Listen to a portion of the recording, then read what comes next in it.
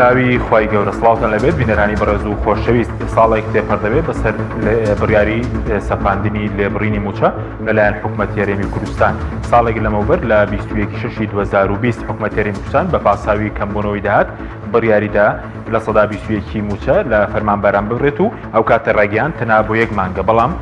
دوای ساڵێک هێشتا سیستەمی لێبڕینی موچە بەردەوامە. لە بەرنامە ئەمڕۆ سەرسەرەوە دەکەین هۆکاری درێژەدان بە سیستەمی لێبڕینی موچە چییە و کەی لێبڕینی موچە کۆتایی دێت و دەبێت چ فشارێک بکرێت بەوەی کە لێبڕینی موچە هەڵبۆشێنرێتەوە. لەگەڵمانە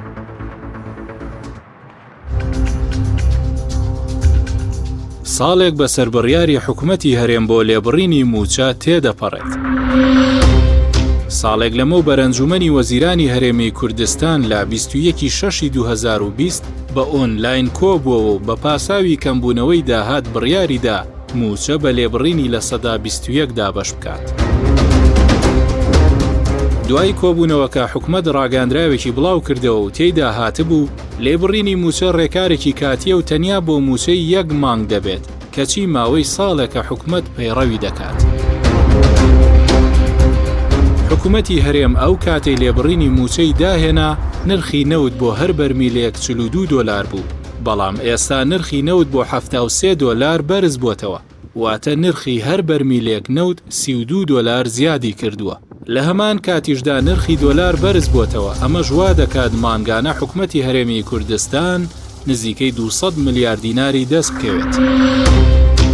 بەپێی بە دوواداچوونەکان، کابینەی نوێمی حکوومەتی هەرێم لەو کاتەی بڕیاری لێبڕینی موچەیدا 8 مانگ لە سەدا 21 و مانگێکیش لە سەدا 18 موچەی بڕیوە. کۆی ئەو بڕەپارەی حکوومەت بە ناوی لێبڕینەوە نەیداوە بڕەکەی 1 تریلیۆن و 666 میلیارد دینارە. ئەمە جگەلەوەی موچەی 7 مانگی ساڵی 2020 بە تەواوی نەدا، کە بڕەکەی 6 تریلیۆن و 265 میلیارد دینارە، واتە کابینەی نوێم نزیکەی 8 تریلیۆن دیناری موچەخۆرانی نەداوە.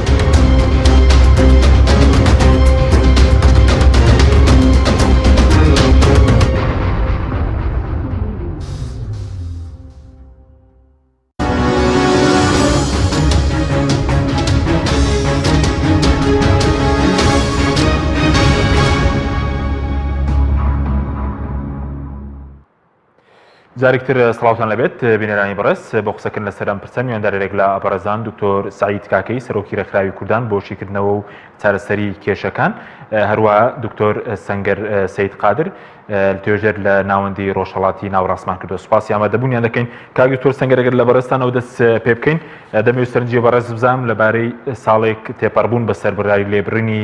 موچە کە ئەو کات حکوومەتی هەرێم وتی بۆ 1 مانگە، بەڵام ئەوە ساڵێکی بەسەردا تێپەڕێ و لێبڕینی موچە شەر بەردەوامە. هۆکارەکەی چییە؟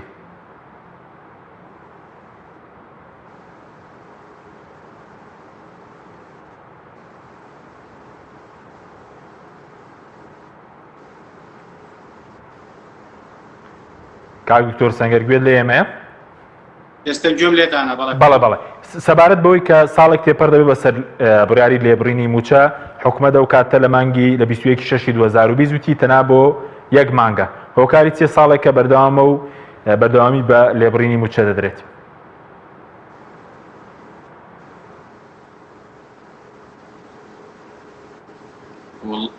بەباشی گوێم لە پرسیارەکە نەبوو، ئەگەر دووبارەکەیتەوە. بەڵێ. سەبارەت بە تێپەڕبوونی ساڵێک بەسەر لێبڕینی موچە و هۆکاری بەردەوامیدان بەو سیستەمە.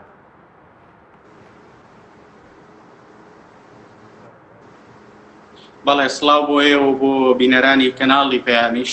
ئەوەی لە ماوەی 2 ساڵی حکوومەتی، یان 2 ساڵ زیاتری حکوومەتی هەرێمدا تێپەڕ بووە، ینی لە سەرەتاوە خەڵک باوەڕی بەوە بوو کە ئەم قۆناغا واتەم کابینەی حکوومەتی هەرێم کابینەیەکی چاکسازی دەبێت، بە تایبەتی لە دوای شکستەکەی ڕیفراندۆم و دۆخێکە بەسەر کوردستان داهات، هەروەها دۆخی ئابووری هەرێم لە کابینەکانی پێشوە میراتێکی زۆر قورسی بۆ ئەم کابینێ جێهێشت بوو کە زیاتر لە 21 میلیارد دۆلار بوو، بەڵامەوەی بینیمان لە ماوەی 2 ساڵی ڕابردوودا ئەم کابینێش هاوشێوەی کابینەکانی پێش خۆی شکستی هێنا، قەبارەی قەرزەکانی هەرێمی کوردستانی لە 21 میلیارەوە گەیاندووەتە نزیکەی 32 میلیارد دۆلار. هەروەها لە ڕووی بنەدانی موچەوە ئەم کابینەیە هەتا ئێستا نەیتوانیوە زیاتر لە 150 موچە بدات واتە زیاتر لە موچەی زیاتر لە 13 مانگی فەرمانبەرانی هەرێم قەرزارە هەروەها لە ڕووی چاکسازیەوە ئەگەر چی بە بەبی ڕێکەوتنە سیاسیانی کە لە نێوان پارتی دیموکراتی کوردستان و هەروەها بزوتنەوەی گۆڕاندا هەبوو بۆ ئەوەی ئەم کابینەی چاکسازی بێت وەکو بینیمانە و پرۆژانە هەتا ئێستاش بەشێکیان لە پەرلەمانەوە ئەوانشی کە بڕیاری لێدراوە نەچوونەتە بواری جێبەجێکردن وەم کابینەیەگەر سەرنج بدرێت کاک حەکیم ینی زیاتر دەست بۆ گیرفانی خەڵکی هەژار و فەرمانبەرانە بات لە بریەوەی دەست بۆ گیرفانی حیزب بدات سەرنج بدە باج لەسەر هاوڵاتیان زیاد دەکات لێبڕینی موچە بەردەوامی هەیە بەڵام لە هەمان کاتدا ئامادە نییە باج بەسەر کۆمپانیەکانی حیزب و هەروەها کۆمپانیانە نەوتیەکاندا بسەپێنێەوە ئامادە نییە ئەو 250,000 فەرمانبەرانە نایاسایی بکە بەنە نایاسایی موچە وەردەگرن و کادیری حیزبن موچەکانیان ببڕێتوە لە لیستی موچە دەریان بێنێت لە بەرامبەرەوەدا موچە خۆران و فەرمانبەرانی ڕاستەقینەی کردووە بە قوربانی بۆیە ئەم کابینەیە لە سەرەتادا مێدێکی زۆر هەبوو کە کابینەی چاکسازی بێت بەڵام بەداخەوە 2 ساڵی ڕابردوو سەلماندی کە ئەم کابینەیەش درێژە پێدەری شکستەکانی کابینەکانی پێشخۆیەتی باشە بەس سەبارەت بۆی کە بەڕێزت هیچ پاساوێک دەبینی بۆ بەردەوامیدان بە لێبڕینی موچە کە وتیان بۆ یەک مانگەکەتی ساڵێکە درێژەی پێدەن هیچ پاساوێک دەبینی؟ حکومەتی هەرێم لە ئێستادا پێویستی ببەوە بۆ هەر لە سەرەتای بکە دەست پێکردنی ئەم کابینەیەوە چەند هەنگاوێکی گرنگ بنێت بە تایبەتی لە کەرتی پیشەسازی و لە کەرتی کوشت و کاڵ و لە کەرتی غاز و نەوتی هەرێمی کوردستاندا کە هەموو چاودێرانی سیاسی و خەڵکی کوردستانی چاویان لە کابینەیە بوو کە بتوانێت ئەو چاکسازیانە بکات چونکە بیرمانە نەچێت لە ئێستادا هەرێمی کوردستان ئەم مانگی ڕابردوواتە مانگی ئایار نزیکەی 570,000 بەرمیل نەوتی ڕۆژانەی بەرهەم هێناوە وەلەو ڕێژەیە نزیکەی 400,000 بەرمیلی هەناردەی دەرەوە کردووە وەکو خۆشیان ڕایانگەیاندووە 30,000 لە ناو خۆدا بەکار هاتووە بەڵام چارەنووسی 140,000 بەرمیل نەوتی ڕۆژانە دیار نییە جگەر لەوەی 140,000 بەرمیل دیار نییە بە هەمان شێوە بە فێڵی کە لە خەڵکیان کردووە بڕێژەی لە هەر بەرمیلێک $11 بۆکو کۆمپانیەکانی حیزب بچێت بە ناوی ئەوەی کە حکومەتی هەرێم ناتوانێت لە ڕووی یاساییەوە نەوتەکەی بفرۆشێت لە کاتێکدا ئەمە جۆرێک لە فێڵ و وەساختەیەک کە لە خەڵکی دەکەن بە $10 ڕاستە و خۆ ئەچێتە با خەڵک چەند بەرپرسێکی حیزبیەوە وەکو کۆمسیۆن وەریەگرن ئەمە بجگە لەوەشی بۆ خۆیان لە گرێبەستەکانی نەوت و غازدا بشەریکن و بیریشمانن نەچێت لە چەند ساڵی ڕابردوودا گەندەڵیەکانی کەرتی نەوت و غازی هەرێمی کوردستان نەک تەنها لە سەراستی ناوخۆ بەڵکو گەشتۆتە دادگاکەکانی نێودەوڵەتی لەندەن و هەروەها کێشەکەی کۆمپانیای DNG واتە بە شێوەیەکی گشتێکی کەرتی نەوت لە کوردستان کەرتێکی پڕاوپڕە لە گەندەڵی و ئەو گرێبەستانش کە کراوە بەداخەوە زۆرینەیان گرێبەستی مشارەکانی ئەم قاوەلەن بکەکەم گرێبەستانە خراپترین جۆری گرێبەستن سەرنج بدە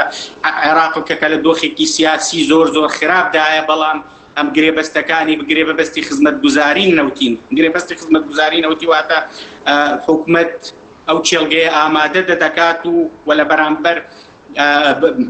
بڕێک لە پارەدا دەیبەخشێەوە هیچێک لە کۆمپانیەکان بۆ ئەوەی وەبەرهێنانە لە پەرەپێدانی ئەو چێلگەیەدا بکەن بەڵام گرێبەستەکانی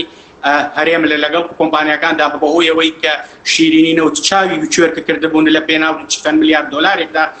هەموو نەوتی هەرێمی کوردستان و غازی هەرێمی کوردستانیشیان بۆ زیاتر لە 40 ساڵ ڕادەدەستی کۆمپانیەکان کردووە و هەناردەکردنیشیان بۆ زیاتر لە 50 ساڵ ڕادەدەستی تورکیاکە کردووە و لە ڕووی کشت و کاڵیشەوە بیان چاوەڕوانیەوە بوون کە بکەرتی کشت و کاڵ لەم کابینەیەدا گرنگی زۆری بدرێن کە کشت و کاڵ بەتەنها پرسێکی ئابووری یاخود بازرگانی نیە بەڵکو لە ڕووی ئاسایشی منەتەوەیشەوە یعنی چاومانە لەوە بۆ ئەم کابینەیە بتوانێت زۆر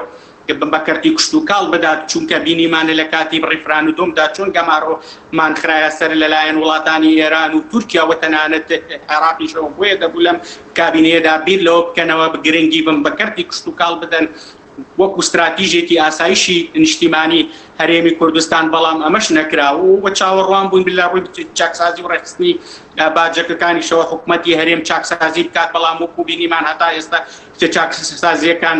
هیچ هەنگاوێک بەرەو پێشەوە نەچووەوە، تەنها بڕیارە وەکو نوکتەیەکیش بازە دەکرێت کە لە ساڵی ڕابردوودا کاتێک باس لە پرسی بڕینی موچەی ئەو کادرانەی حیزب کراوە فەرمانبەر موچە لە حکومەت وەربگرن پارتی بەیەکێتی ڕاگەگەیاندۆ بکە مەلەفی 25,000 کەس لە لاپاوەکەی ساڵی 2006 ئاو بردوێتی لە کاتێکدا لە ساڵی 2006 وەکو هەمومانەزانین کە ساڵێکی وشکە ساڵی بوو. بۆیە لە ئێستادا باسکردن لە چاکسازی لەم کابینەی حکومەتدا وەکو جۆرە نوکتەی لێ هاتووە خەڵک چیدی باوەڕی بەوە نییە کە ئەم حکومەتەوە ئەم کە کابینەیە بتوانێت چاکسازی بکات، تەنها لێک حاڵەتەدانە نەبێت ئەویشەوەیەکە کە لەلایەن ئەمریکاوە لەلایەن هاوپەیمانانەوە فشار لەسەر هەرێمی کوردستان دروست بکەن، وەکو چۆن ئێستا لە کەفتی لە پرسی ڕێخستنەوەی هێزی پێشمەرگەدا فشارێکی زۆر لەسەر حکومەتی هەرێم هەیە. ئەمەش چاریکە کردوون کە یەکەکانی 70 بخەنەوە بسەر وەزارەتی پێشمەرگە بە هەمان شێوە لە ڕووی چاکسازی لە کەرتی ئابووری و کشت و بکاڵ وە لە کەرتی بتارایی وە شەفافیەتە پێویستە ئەمریکا و وڵاتانی دیکە فشار لە هەرێمی کوردستان بکەن، چونکە بیرمان نەچێت یانی وڵاتانی ئەوروپا و ئەمریکا و بە بەریتانیاش کە کاتێک بدێنە سەر هێڵ کاتێک بەرژەوەندەکانیان بکەوێتە مەترسیەوە و بۆ ئەوان تاکە شتێک بکە گرنگ بە ئاسایشی هەرێمی کوردستانە بۆ ئاسایشی هەرێمی کوردستانە لە ئێستا هێمنی و ئاسایشی هەرێمی کوردستان لە ئێستادا لە مەترسیدایە، چونکە گەن دڵی بکاریگەریەکی زۆری لەسەر بڕوای خەڵک دروست کردووە بە هێزە ئەمنیەکان و هەروەها لە ڕووی ململانەی سیاسی لە ناوخۆی هەرێمی کوردستانیشدا کە گەشتووەتە ئاستی تەقریبا پارتی دیموکراتی کوردستاندا. بۆیە پێویستە چاکسازی لە هەرێمی کوردستان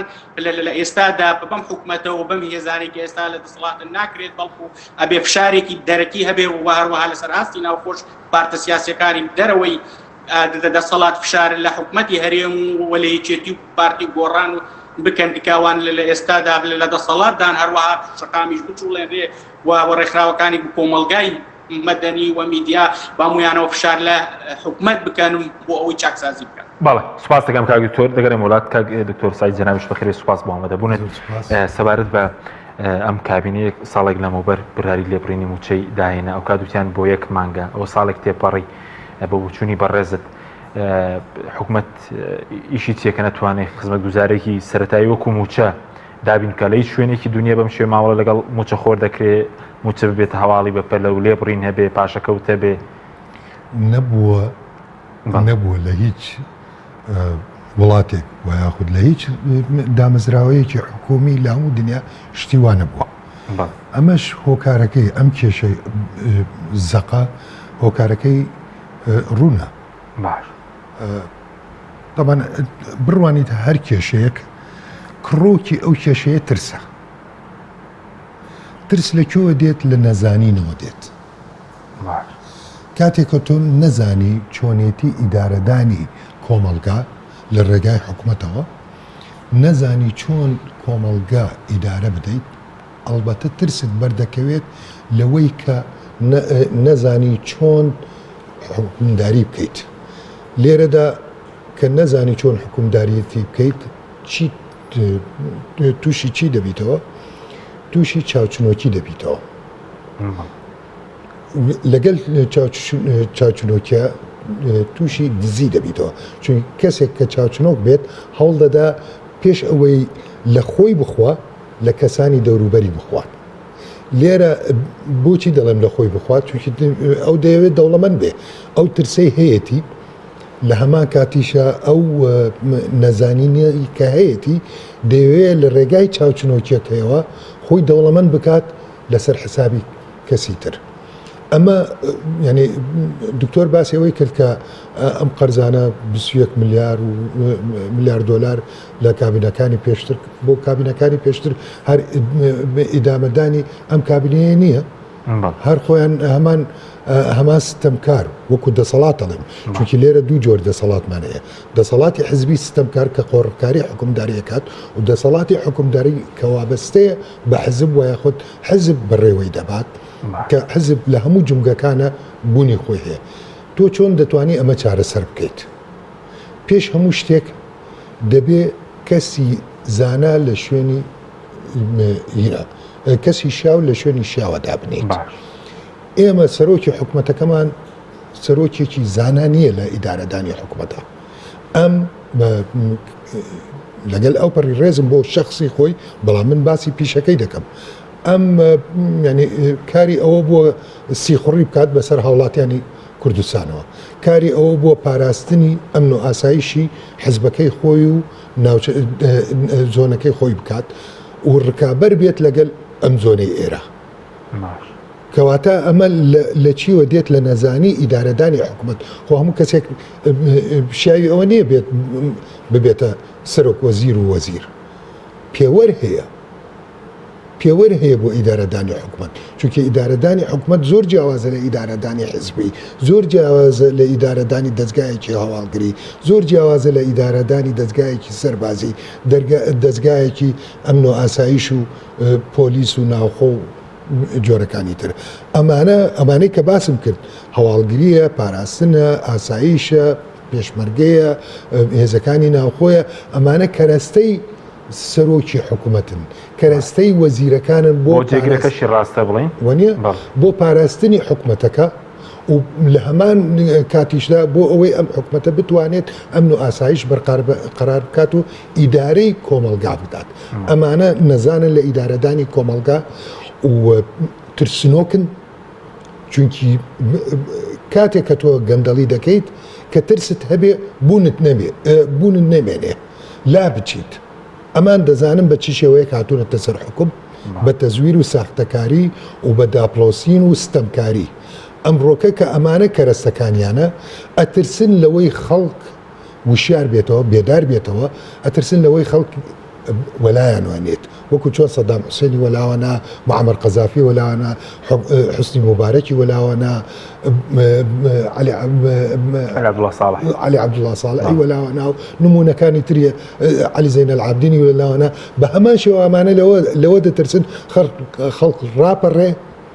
بەڕوویانە و ڕایان ماڵێت بتەوێنێتەوێ ڕوو دەدا کەی ڕوودەدا خەڵک بڵێ ترسیان نیە لە خەڵکەگەر لێبڕینی موچیان نەدەسەپان چاکسازیشیان دەکرد گۆڕانکاریشیان دەکرد کاک حەکیم گیان خەڵک بریتە لە کێ لە تاک باش تۆ کاتێک کە ئەم تاکە دێنیت هێزی پەرتەوازە دەکەیت هێزی بازووی پەرتەوازە دەکەیت هێزی عەقڵی دادەپۆچێنیت دەی عەقڵی لە قاڵب دەدەیت پێی دەڵێ وەکو من بیرکەرەوە وەکو ئەوەی کە من دەمەوێت بیرکەرەوە نامەوێ هێزی بازوت بەکاربێنی نامەوێ هێزی عەقڵت بەکاربێنی بەڵام دەمەوێ بە پێی ئەوەی کە من پێتەڵێم هەڵس و کەوت بکەیت یعنی عەقڵی لە قاڵبادا کە عەقڵی لە قاڵبدا ئەم تاکە ناچاری دەکات حیسیەتی لێ بدات حیسیەت چییە؟ منێک کە کارمەندی دەوڵەت بم کارمەندی حکومەت بم کارمەندی دەستگایەکی با بڵێن حزبی بم بێیت و لە 121 موچەکەم ببڕیت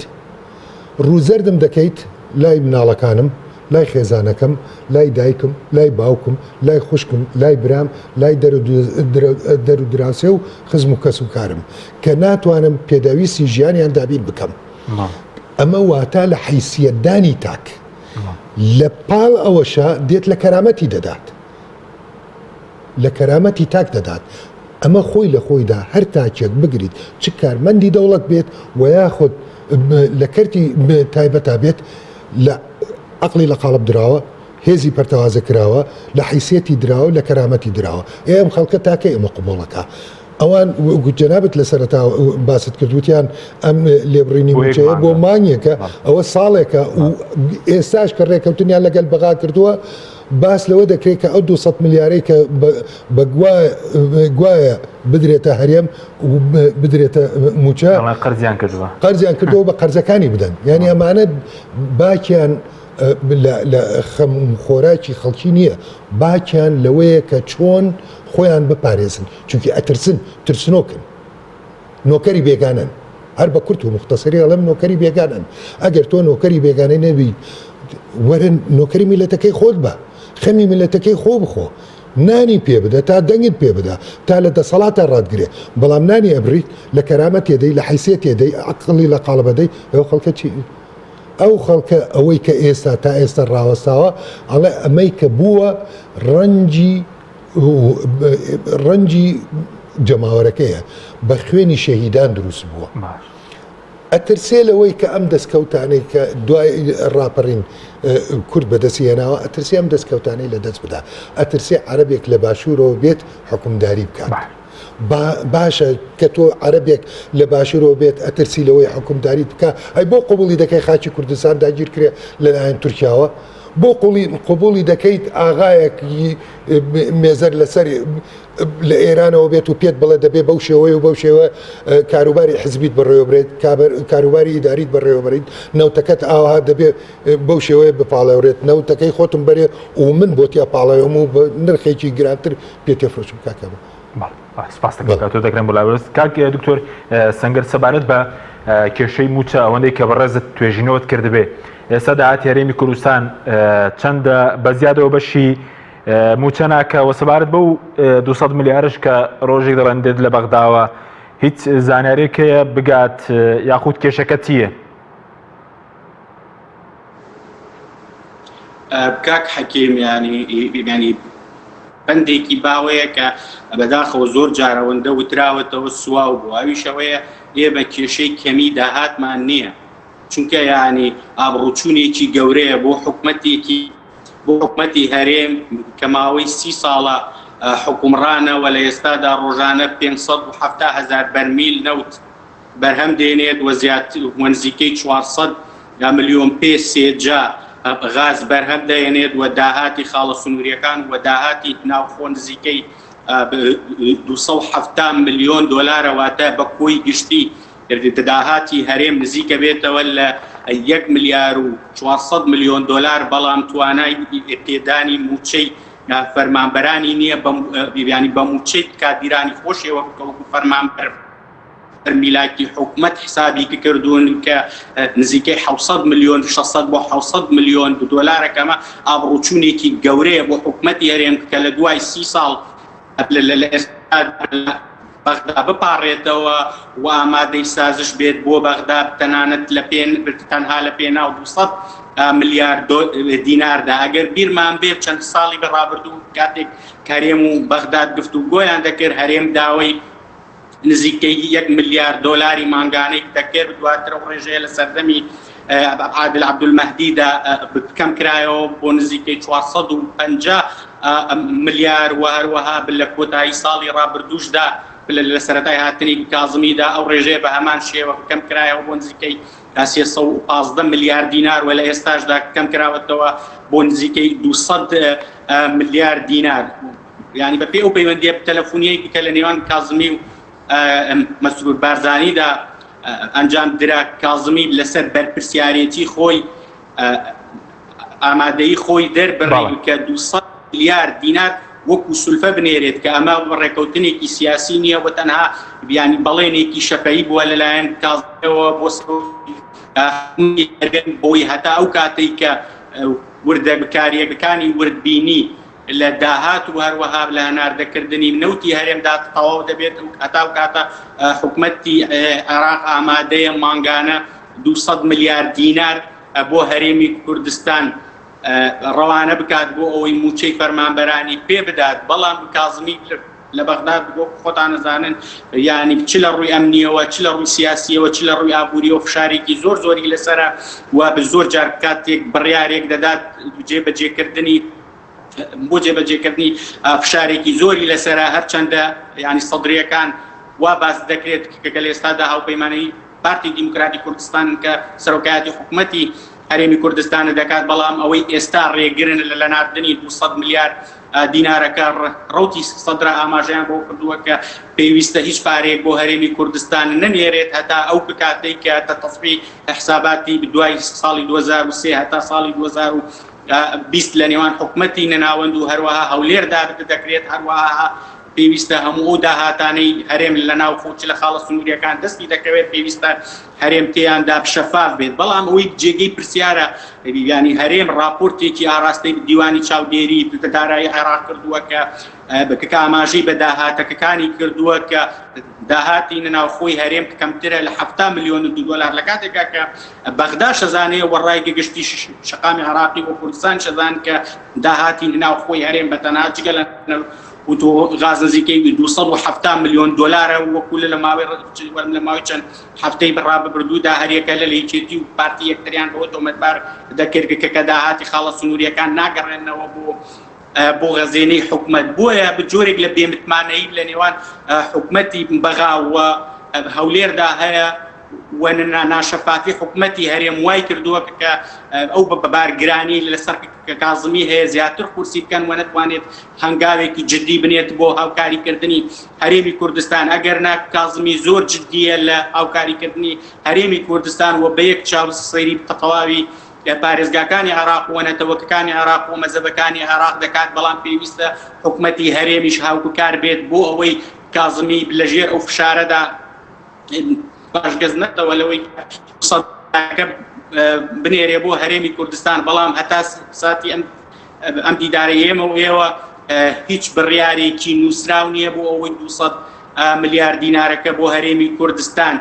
بنێرێت بەڵام وا بڕیارە لە چەند ڕۆژیدا هاتووە لە 3-4 ڕۆژیدا هاتووە کە کازمی هەوڵ بدات سەدرریەکان ڕازی بکات بۆ ئەوەی 200 مانگانە 200 ملیارد دینار وەکو سولفە بۆ هەرێمی کوردستان بنێرێت هەتا ئەو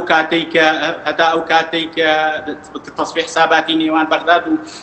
هەولێر دەکرێت چونکە بۆ کازمی زۆر گرنگە ئاسایش و هێمنی سیاسی و ئەمنی پێش هەڵبژاردنەکان و بە هەمان شێوەش بۆ ڕەوتی سەدر بۆ تەواوی لەلایەنە سیاسیەکانی عێراق گرنگە کە پێش هەڵبژاردن جۆرێک لە ئارامی سیاسی و بە ئارامی ئەمنی هەبێت بۆیە کە کازمی هەوڵ دەدات لە ماوەی چەند ڕۆژی داهاتوە 200 ملیارەکە بۆ هەرێم بنێرێت ئەگەر بێت و سەدرریەکان رازی بن بەوەی کە ئەو پارەیە بۆ هەرێم بنێرێت. سپاس دەکەم کاکتۆر سعید گرم وڵای پڕێز سەبارەت بەوەی کە پێت وایە ئەم حکومەتە بەتایبەتی ئەم کابینێ هەر بارگرانی دروست کردووە بۆنم لێبڕینی موچەیە زیادکردنی نرخی کارەبایە زیادکردنی باجەکانە دانی هەندێک خزمەت گوزاریە بە کۆمپانیەکان لە خاڵە سنووریەکان هەر بارگرانی بووە نەکتەنها بارگرانی وەکوتم ینی بارگرانی ئەوانە ئەم شتانە ڕوونە بەڵام ئەوەی کە کارەساتە ئەم حکومەتە دروستی کردووە مەترسیەکی گەورەیە لە داهاتووی هەرێم ینی خۆی مەترسی لەسەر هەرێم ئەم دەسەڵاتە خۆی و مەترسی بوونی نەمانی هەرێم بوونی هەرێم وەکو قوارەیەک ئەو مەترسیە لە ئارادایە باشە بەس بەهۆی چیەوە بۆی گەندەڵیەوە بەهۆی گەندەڵیەوە بەهۆی نەزانیەوە بەهۆی لاوازیەوە بەهۆی ملکەچبوونەوە بۆ هێزە ئیقلیمیەکان بەهۆی ینی ساختەکاریەوە بەهۆی ستەمکاریەوە وەرە فەرمو بزانە و ڕۆژنامەنووسان و چالاکوانانی مەدەنی چی لێکەن ئەوە تا پێشەوەی مەحکەمە بڕیار بە سەرۆکی حکومەتەکەت ئەڵێ ئەمانە تاوانبارن تۆمەتی تاوانیان نەقاتە سەر و ناچار ئەو کاتە دەسەڵاتی دادوەری ملکەچی سەرۆک وەزیران بووە و بەو شێوەیە بڕیاری دەرکرد کە نەک تەنها هاوڵاتیانی هەرێمی کوردستان ناڕازیەکی توندیان پیشاندا بەڵکو ڕێکخراوەکانی کۆمەلگای مەدەنی نێودەوڵەتی و تەنانەت وڵاتانی نێودەوڵەتیش هاتنە ئارا و ناڕەزایی خۆیان پیشاندا بەرامبەر بکردەوە نامەدەنیەکان و ناشارستانەکانی ئەم حکومەتە. وەکوتم ئەمە مەترسیەکی گەورەیە ئەگەر ئەم حکومەتە بەم شێوەیە بەردەوام بێت و ئەو لایەنانەی کە بەشدارن لە پێکهێنانی ئەم حکومەتە بەم شێوەیە بەردەوام بن ئەوەی کە بەسەر ئەم گەلە بێت بەسەر باشووری کوردستانە بێت وەکو چۆن 16 ئۆکتۆبەریان دروست کرد بە هەمان شێوە ئەوەی کە بەسەر ئەم میلەتە بێت کەس تاوانبار نییە تەنها ئەو لایەنانە نەبن کە لە ناو حکومەتان جا کێ ئەم حکومەتە بەڕێوە دەبات و کێ بەشدارە لەم حکومەتە ئەوانیش تاوانبارن یعنی ئەوە نییە بڵێ وەڵام من لەم کابینەیە هاتوومە تا ئەم کابینەیە بۆ ئەوەی چاکسازی بکەم درۆیە چاکسازی کو ئاساسی هەیە چاکسازی درۆی لە کوردستان درۆیە درویە کاکە یاسای چاکسازی فەرموچیا کردو معقولە ئەوە دکتۆر سەنگەر لە ئیماراتە با پێم بڵێ ڕێژەی کارمەندانی حکومەت ینی بە بەراورد لەگەڵ دانیشتوانی ئیماراتە چەنە لە ئەمریکا ناگاتە لە 11 ئەمریکایەکی گەورە ئێمن لە 124 لەکوێ لە کوردستان کێ دەڵێ لە بەپێی من ژمارەکەت 150,000 دەکاتە لە 124 زیاترە کاکە نزیکەی لە 127 ئەمە بەس کارمەند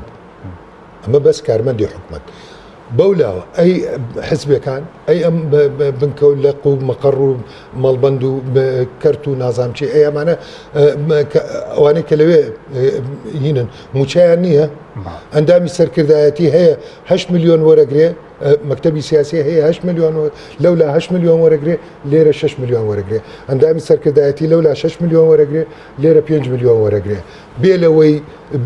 حیمایەیان و سارێ آخر مۆدل و ئەم شتانە ئەمانە هەمووی بارگرانیە بەڵام لە هەمان کاتیشە نەزانیە لە ئیدارەدانی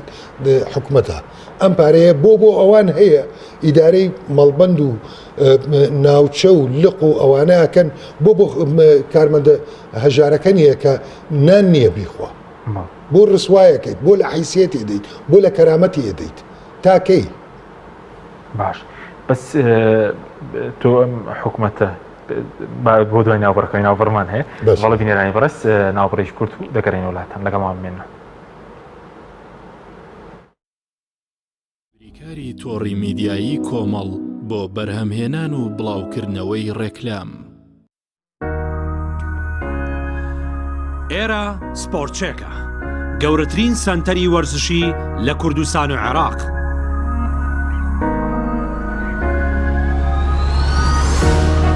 بە ئاسانی لای ئێمە بازار بکە دوور لە قەرەباڵغی و جەنجاڵی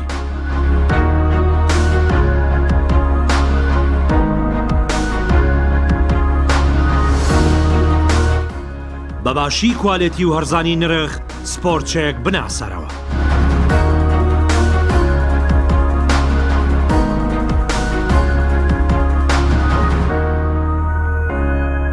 ناونیشان سلێمانی شەقامی 6 مەتری سەر و پردی کۆبانێ تەنیشت ڕێوسێورانتی لۆڤان خوار بانزینخانەی هەڵگورد کۆمپانیای ئاکۆکەریم بۆ ماڵێکی ئارام ژیانێکی جوانتر ئێمە لە کۆمپانیای ئاکۆکەریم بە تیمێکی شارەزا و خاوەن ئەزمون بۆ ماوەی چەندین ساڵە بەردەوامین لە جێبەجێکردن و دابینکردنی دەرگا و پەنجەرەی ئەلمنیۆم لە جۆری ئازیل و سیستەم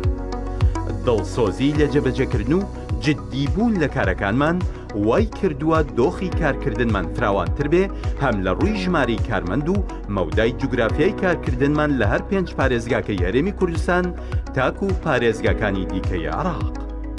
بینا و باڵەخانە نوێەکان بە شێوازێکی مۆدێرن دەرناکەون ئەگەر دەرگا و پەنجەرەکانیان ئەلمنیۆم نەبن بۆیە ئێمە باشترین جۆری ئەلمنیۆمتان بۆ دابین دەکەین دیزایانی بیناکەت هەر چۆنێک بێ هەر ڕەنگێک بێ ئێمە بە ڕەنگە جیاوازەکانی ئەلمنیۆم تەنسیق و ڕێخستن دروست دەکەین چونکە هەموو جۆرە ڕەنگەکانی ئەلمنیۆم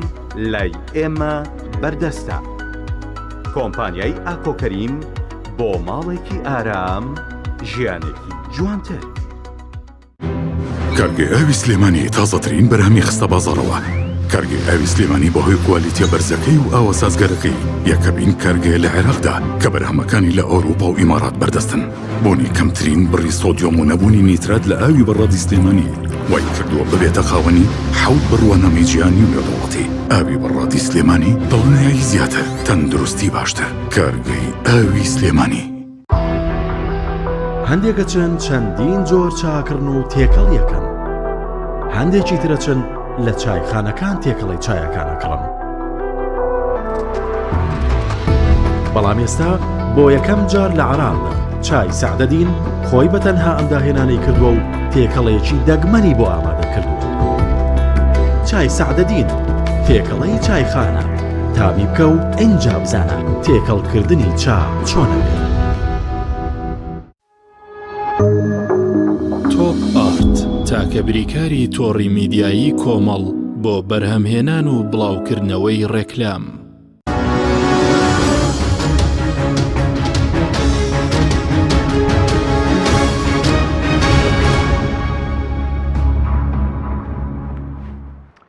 زارکتر سڵاتان لەبێت بینەرانی بەڕست کاک دکتۆر سەنگەر سەبارەت بە داهاتی هەرێم پێشتر بەڕێزت بابەتێکت نووسی بوو لەسەرەوەی کە داهاتی هەرێم بۆ نمونە بۆ کڕینی کۆمەڵێک سیاسی عارەب و بڵێن شیع و ئەوانە لە هەولێر بەکاردێنرێت ڕەنگە لێرەش لەم سنوورە پارە بۆ کەناڵی ڕاگەیاندن بۆ حیزب بەکاربێنرێت پێ دوایەوە هۆکارەکەی کە داهاتەکە بەشی خەڵکە هەژارەکە ناکە یاخود ئاساییە پارەی هەرێم بۆ خەڵکی بێگانەوی بەڵام خەڵکە ڕاستەقینێکە نان نەبێ بیخوات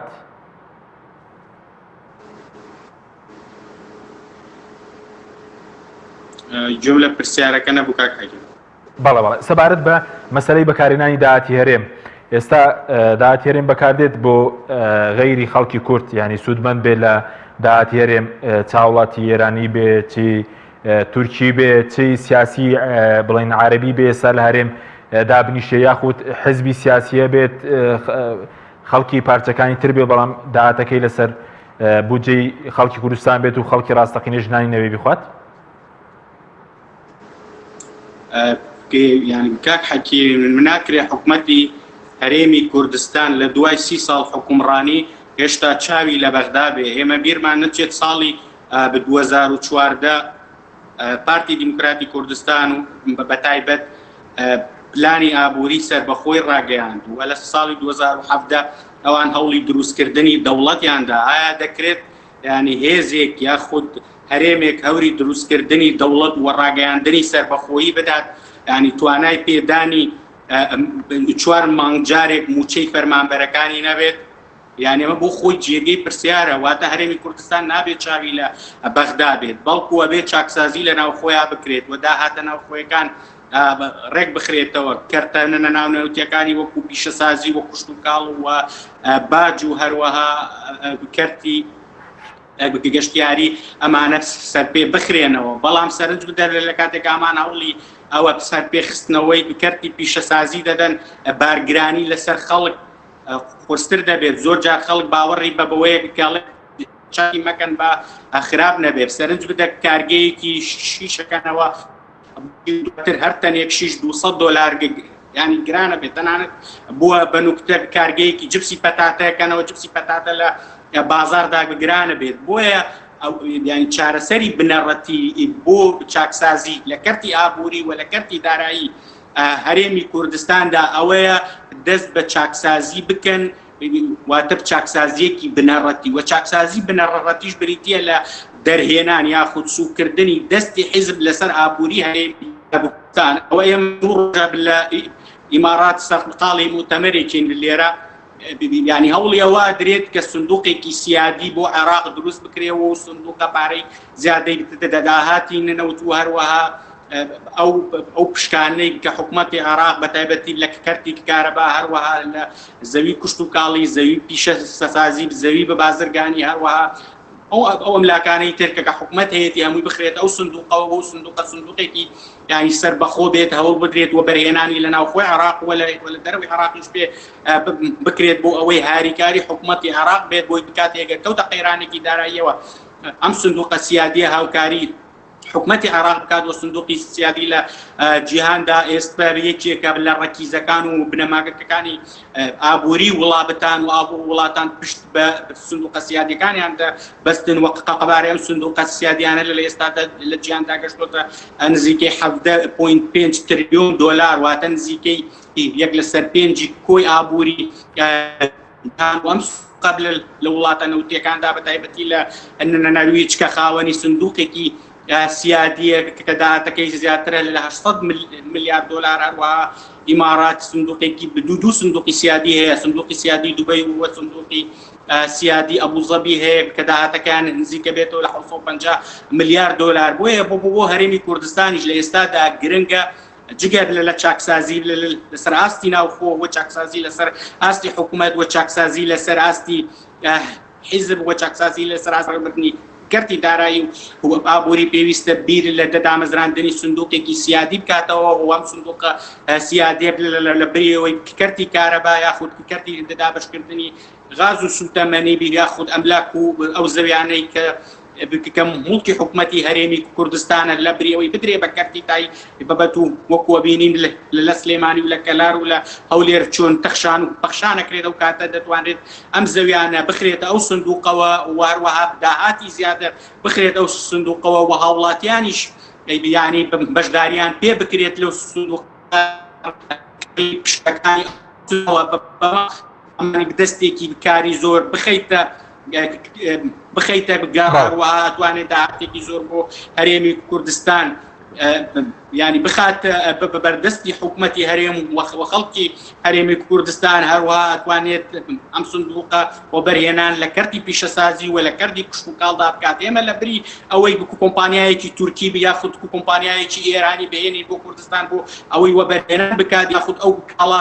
کە لە وڵاتان ئێران و تورکیا و لە وڵاتانی دیکەشەوە بدەهێنرێت لە بریەوە ئەم سندوقە ئەتوانێت هەمانە و بەرهەمانە لە ناوخۆ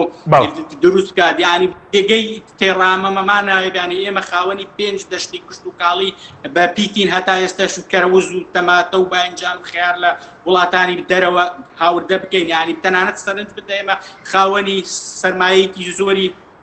سامانی ئاژەڵین بەڵام بۆ جلوبەرگ و گۆشت و هەروەها بۆ بێداویستی و بەرامە ئاژەڵێکەکە وەکوشی ماست و ئەوانە پەنا بۆ وڵاتانی دەرەوە دەبین. بۆیە ئێمە پێویستمان بە چاکسازیەکی بنەڕەتی هەیە و ئەم چاکسازیە بنەڕەتیش پێویستی بە حکوومەتێکی ڕەشید و هۆشمەند هەیە. ئەو سیستەمەی ئێستا لە کوردستان هەیە پێ وترێت حکوومەتی ینی کلیپتۆقرات واتە حکوومەتی مافیاگەرایی ینی حکوومەتێکە کە ناتوانێت جگە لە بیرکردنەوە لە قازانج جگە لە بیرکردنەوە لە گیرفان پڕکردنی ئەندامانی حیزب یاخود بەرپرسانی حیزب و بەرپرسانی حکومی بیر لە هیچی تر بکاتەوە بۆیە بێت فۆرمی سیاسی ئێمە واقعی سیاسی ئێمەش گۆڕانکاری تێدا بکرێ و واقعێکی سیاسی کە بیر لە ئێستا و ئایندەی نەوەکانیدا هاتوو بکاتەوە ئەو کاتاتوانرێت و گۆڕانکاری ڕیشەیی بکرێت. بەڵێ سپاس دەکەم کاک دکتۆر. کاک دکتۆر سعید سەبارەت بۆی کە هەرێم حکوومەتی هەرێمە بەچی ڕاز دەکرێتەوە کاک دکتۆر سەنگر دڵای حکوومەتی چەتەکانە مافیەکانە ئەم تعبیرە دروستە؟ پڕ بە پێسی خۆیەتی بەڵام هیوادارم دکتۆر سەنگەر ئاگای لە کاتی ئێمەش بێت شتەکان دووبارە نەکاتەوە چون هەر بەڕاستی من پێویست ناکە و جەماوەریش و بینەریش پێویست ناکە ئەوانەی کە دکتۆر سەنگەر ئەیڵێن چونکی وتراوەتەوە ئەندا پەرلەمانەکان وتویانە کەسانی شارەزا لە هەموو سەکتەرەکانە ئەم قسانەی دکتۆر سەنگەریان چەندین بار دووبارە کردوتەوە ئەندا پەرلەمان ڕوا بە راپۆرت ئەیدا بە حکومەت گاڵتەی پێەکە کەواتە ئەم حکومەتە حکومەتێکی نەزان و نەدانە. ئەم حکومەتە کە نەزان و نەدان بێ چاکسازی باسی چی ئەەکەی باسی چ چاکسازیەکەکەی لەگەلیا نازانێ چاکسازی کاکە نازانێ کاکە هزار دکتۆرت هەیە پسپۆرن لە بواری چاکسازیە لە بواری ئیداریە لە بواری پەروەردەیە لە بواری پلاندانانە لە بواری کەرتی کشت و کاڵە لە بواری پیشەسازیە یعنی هەموو بوارەکان تۆ پسپۆرت هەیە کاکە نەک تەنها پسپۆرەکان ڕاودەنیت پوچ و پوکەڵیان دەکەیتەوە بەڵکو گەنجەکانی وڵاتەکەش وا ڕاکەن لە دەریاچەکانە ئەخنچێن خێزان هەڵەوەشێنیتەوە. ینی ئەمە حکوومەتێک ئەمە ڕفتار و هەڵس و کەوتی بێ لەگەڵ گەلی خۆیان چۆن نتوانێت چاکسازی بکە کە ناتوانێت لەبەرەوەی نازانێ ئەمانە وەکو دکتۆر بە کورتینی کرد وتی ئەمانە دەستە جەمعێکی مافیاگەرایین ئەمانە ئەزانن چۆن عەرزەی گشتی بدزن ئەمانە ئەزانن چۆن قاچاقچێتی بکەن ئەمانە ئەزانن چۆن گەندەڵی بکەن نازانن ئیدارەی حکوومەت بدەن نازانن پرۆژە لە هەموو دنیا پرۆژەیە کە ئەنووسیتەوە ئەبێ ئەبستراکتی هەبێ اینجا دوای ئەبستراکتەکە ینی کورتەیەکی زۆر پوختەیەکی هەبێ اینجا دوای پوختەکە ئێگزەکتیڤ سەموری ینی کورتەیەکی هین سەرەکی هەبێ اینجا پرۆژەکە لایەنی کەم هەر لایەنی کەم ئەگەر زۆر بچووک بێت لە 50 لاپەڕەکەمتر نییە ئەمان تااقەتی ئەوان نییە 2 لاپەڕە بخێنەوە نەخوێنەوارن کاکە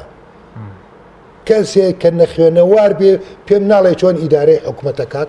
چۆن ئیدارەی دەوڵەتەکات کەسێک تەزویر کەرەستەی تەزویر و ساختەکاری لە هەڵبژاردنە کەرەستەی مانەوەی بێ پێم ناڵێ چۆن چاسازیەکە پێم ناڵێ چۆن حکومداریەکات ئەمانە بە دزی و بە تەزویر و ساختەچێتی لەسەر دەسەڵاتە ماوەن چۆن گۆڕانکاریەکە بەچی ڕاست دەکرێتەوە بەچی ڕاست دەکرێتەوە تاک دەبێ خاوەنددارەتی لە کەرامەت و حیسیەت و عەقڵ و هێزی خۆی بکات ئەمڕۆکە ئێمە لە عێراقا بمانەوەی نەمانەوەی سیستەمێک هەیە پێی دەوترێت سیستەمی دیموکراسی کە دیموکراسیەت نییە بەڵکو چەند هەنگاوێک نراوە بەرەو بە دیموکراتیزەکردنی سیستەمە سیاسەکە کۆمەلگا جارە کۆمەلگایەکی دیموکراسیمان دیێ هەر فڕی بە دیموکراسیێتەوە دیە ئەگەر فڕی بە دیموکراسیێتەوە هەبێ خۆ لە دەستورە باسی فدراڵێتەکە و دەسەڵاتەکانی هەرێم و مافی زیاد لە پارێزگایەک بۆ دروستکردنی هەرێم فەرم و ئەوانەی ئەندام پەرلەمان و وەزیرن و لە دەسەڵاتان هەموو هەتا ئێساش دژایەتی نەک تەنها دروستکردنی فدراڵێت لە عێراقاکەن بەڵکو دژایەتی هەرێمی کوردستانی شەکەن بەولە خاڵە سەرێکەکە لای هاوڵاتیە هاوڵاتی ئەبێ خاوەنددارێتی لە دەسەڵاتی خۆی بکات بەچی مادەمێ ئەمڕۆ تۆ برەوت پێ نەدراوە شۆڕشی زبر بکەیت هێزی زبر بەکاربێنیت چونکی مۆڵەتت پێ نادرێ ئەم دزانە چەکی بکوژیان بەدەستەوەیە پارەی حرامی دزراوی گەلیان بەدەستەوەیە ساختەکارن تەزویرچین ئیتر ئەو ناوانەی لێی دەنێت مافیان باشە ئامادەن بتکوژن نەک ئەگەر ئەوانیش نەتکوژن ئەوە تورکیات بۆ ڕاستەکەنەوە تورکیا لێت بدا ئەوە ئێران ڕاستەکەنەوە ئێران لێت بدا و یاخد ئەگەر هیچ نەگرێ بە سیخڕ دیانێت لە قەڵەمەدا بۆیە زۆر گرنگە هاوڵاتی ئەم جارەیان لە هەڵبژاردننی پێشوەختە و دەنگدەر مەبەسمە لێرە بڕواتە سەر سونەقی دەنگدان بۆ ئەگەر هاوڵاتی وەکو 2010 کە بایکۆتی هەڵبژاردنەکانی کرد ئەم دەسەڵاتی کە دەسەڵاتی عادل عەبدولبەندی و دوایەوە دەسەڵاتی مستەفا کازمی و ئەمانەشی کە پشتگیری ئەون و لەگەڵیا هاومتەراغمن یاسا پێشێلەکەن ئەمانەی بەرهەمێنە کاتێک کە بایکۆتت کرد لە ئاسی عێراقا لە 120 دەنگیاندا واتە وابەستە و کۆیلەکانی حزبەکان دەنگیاندا دەنگی بێلایەن خەڵکانی بێلایەن بەشداری هەڵبژاردنیان نەکرد ئەوانشی ڕاڕان زۆربەی هەرە زۆریان بەشداری نەکرد خۆڵەمێشیەکان ئەم جارە ئەگەر هاوکێشەکە هەڵاودی بکرێتەوە لە 180 بەشداری بکات قەناعەت دەبێ ئەم تەزویرچیانە ئەوەی کە ئێستا بۆیان ڕەخساوە لە داهاتووە بۆیان ناڕەخسێت تۆ کاتێکە بتوانی نیوەی ئەندام پەرلەمانەکانی ئەمان و نیوەی دەسەڵاتیان لە بەغدا کەم کەیتەوە و بیدەی بە کەسانی بێلایەن کەسانی سربەخۆ کەسانی پسپۆر کەسانی خۆشەویستی خەڵک کەسانی چالاکوانانی مەدەنی کە لە ناو کۆمەلگا خزمەتی شار و شارۆچکە و گڕەکەەکانی خۆیانەکەن بیاندەی بەوان ئەوان دڵنیام کە زۆر دڵسۆزانە شەڕی خۆیان دەکەن بۆ هەرێمی کوردستان ئەمە یەک دووەم تکایە ڕوونی کەم دووەم ئەگەر تۆ بەشداریت کرد لە هەڵبژاردنە هەموو کورسێک نرخێکی هەیە ئەگەر بایکۆتت کرد بە کورسیەکی کەم ئەندام پەرلەمانی خۆی ئەنێرێتە بەغا بە دەنگێکی کەم بە نرخی کورسیەکی کەم با بڵێن ئەگەر نرخی کورسەکە 10,000 بێ بە 10,000 ڕۆ ئەندام پەرلەمانەکەی خۆی ئەوەی مەبەستێتی بڕاتە بەغا ئەی نێرێتە بەغا بەڵام ئەگەر بە لێشاو بەشداریت کرد نرخی کورسەکە بەرزەبێتەوە بۆ 50,000 وەرە پێم بڵێ کام کاندیدی حزبی ئەتوانێت 50,000 دەنگ کۆکاتەوە بۆیە تۆ بە دوو شێوە دەتوانی لە غاوگیری لە ئەم گەندەڵی و تەزویرکاریە بکەیت بەوەی یەکەم بەشداری بکەیت دووەم ڕێگانە دەی تەزویر بکەیت سپاس دەکەم کاکتۆر سەنگەر دقەیەکیش بۆ بەڕێزت سەبارەت بەوەی کە ئێستا هیچ فشارێکی نۆدەوڵەتیە بۆ ئەوەی کە تاکسازی بکرێت لە کوردستان و بۆ ئازادکردنی گیراوانی بادێنش بە کورتی بێ زۆر بە کورتی سپاس دەکەم وڵای ببوورە دووبارە پێم وایە کێشەی دەنگمانەیە سێرەکە دووبارەکەیتەوە بەڵێ بە کورتی هیچ فشارێکی نێودوڵەتی هەیە بۆ چاکسازی ئەگەر چاکسازی نەکەن چی بەسەرێ زۆر بە کورتی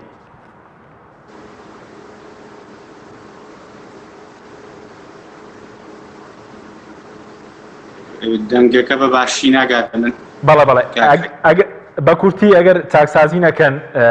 حکوومەت هێرێم چاکسازی نەکات چی بەسەر هیچ فشارێکی نێودوڵەتی شێ زۆر بە کورتی کەمتر لە دەخێ کاک حەکیم یعنی کێشەی سەرەکی بەڕێوەبردن و حکومڕانی لە هەرێمی کوردستان لە ماوەی 30 ساڵی ڕابردوودا ئەوەیە کە حیزب تێکەڵ بە حکومڕانی کراوە لە ڕووی ئابووری و هەروەها تەنانەت لە ڕووی کۆمەڵایەتی و لە ڕووی بازرگانیەوە سەرنج بدە داهاتی مانگی نیسانی ئەم ساڵی 3 کۆمپانیای حیزبی لە داهاتی هەرێمی کوردستان زیاتر بووە سەرنج بدە هەتا ساڵی 2018 لە بودجەی هەرێمی کوردستان لە بەشە بودجەی هەرێمی کوردستان ینی باجی دوو کۆمپانیای پەیوەندیەکانی تەلەفۆن لە هەرێمی کوردستان لە پشک و لە موچەوە لە بودجەی هەرێمی کوردستان دراوە سەرنج بدە لە خاڵە سنووریەکان ئەو داهاتەی ئەگەڕێتەوە بۆ خەزێنەی حکوومەتی هەرێمی کوردستان کەمترە لە 20 چونکە چەند کۆمپانیایەکی حیزبی لەو خاڵە سنووریانە بە ناوی ڕسومات و بە ناوی چەند جۆرێک لە خزمەت گوزاریەوە پارە لە گیرفانی هاوڵاتیان دەردێنن سەرنج لە گرێبەستەکانی هەرێمی کوردستان بۆ چۆنێتی فرۆشتن و بازاڕکردنی بدە لە چەند ساڵی ڕابردوودا و هەتا ئێستا هەروەها بڵێ لە ڕووی بکەرتی پیشەسازیەوە سەرنج بدە یعنی تەنانەت ناتوانیت دوکانێکی تەرشات فرۆشتن بەبێ ڕەزامەندی حزب لە هەرێمی کوردستان بکەیتەوە بجبێت ینی چ بگا بۆی بتەوێت کارگەیەک یا پرۆژەیەکی پیشەسازی لە هەرێمی کوردستان دروست بکەیت سەرنج بدە ئەو تاڵانیە بزۆرەی بە زەوی و خاکی کوردستانەوە ئەکرێت هەر لە بزەوی بازرگانی وە لە زەوی کشت و کاڵی وە لە بزەوی پیشەسازیەوە سەرنج بدەگە کاتێکەمان باسی ئەوەکەن کە جادەی 120 متری و 150 متری چیان دروست کردووە ئەمان لە بنەڕەتدا ئامانجیانەوە نەبووە کە ژێرخانێکی ئابووری بۆ شارەکان دروست